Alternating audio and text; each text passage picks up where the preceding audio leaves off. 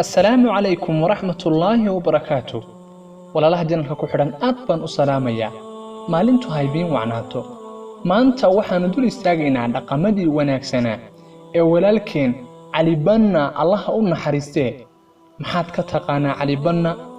waxaan insha Allah xusi doonaa maanta qayb taariikhdiisa kamid ah Cali Banna wuxuu ahaa wiil u dhashay dalka Australia wuxuuna ahaa dhalintii ku noolaa magaalada Sydney Allah ka raali noqdee Cali Banna waxay hadalhayntiisu ku soo biirtay baraha bulshada 2015 miyaad garan sababta waxaa isla sanadka bartay Cali Banna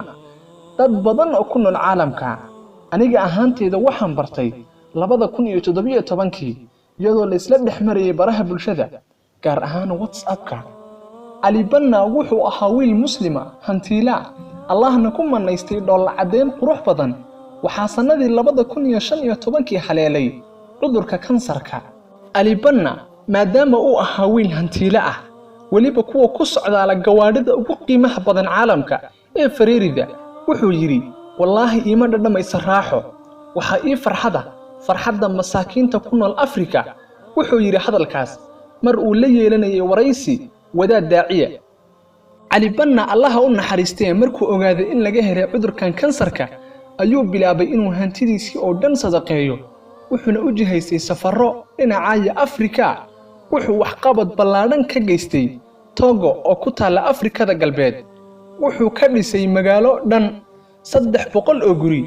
wuxuu kaloo dhisay masaajid iskuul wuxuu sidoo kale sabab u noqday inay soo islaamaan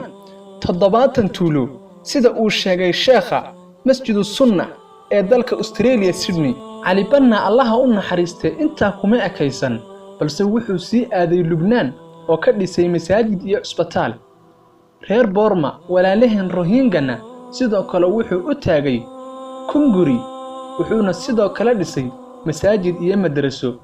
Cali Banna miyuunan taagin magaaladan oo leh masaajid madaaris iskuule iyo isbitaallo wallahi baan hore loo arag ku darsa xisaabto waa wiil dhalinyaro ah wuxuu waqtigu isku raba wuxuu waqtigiisa u riixay maalintu la kulmi lahaa Allah muxuu gabal dhacay yiri ya Allah take me oo micnaheedu tahay Ilaahu ii oofso balse tiisii ma soo dhamaan